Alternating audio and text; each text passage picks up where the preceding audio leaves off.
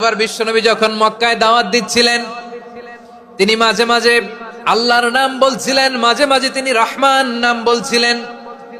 যখন তিনি বললেন ওয়াইদা কিলা লাহুমুসজুদু লিররহমানি ক্বালু ওয়ামার রহমান, বিশ্বনবী মক্কায় যখন মক্কার কাফিরদেরকে, কুরাইশদেরকে বলল তোমরা রহমানকে সেজদা দাও, রহমানের ইবাদত করো, রহমানের জন্য সেজদায় লুটিয়ে পড়ো, মক্কাবাসী বলে রহমান আবার কে? রহমান রে তো চিনি না।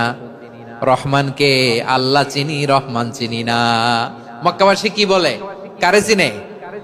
আল্লাহরে চিনে। কারে চিনে না? রহমান কে তো চিনি না। রহমান আবার কোত্থেকে আসলো? কে Rahman? Who is this Rahman? যখন তারা বলে রহমান রে চিনি না, আল্লাহর গায়রতে আঘাত লেগেছে। আল্লাহ বলে রহমান রে চিনো না, না? তাদেরকে চিনানোর জন্য আল্লাহ ৭৮ আয়াত বিশিষ্ট আর রহমান নামে কোরআনে একটা সূরা নাজিল করেছেন।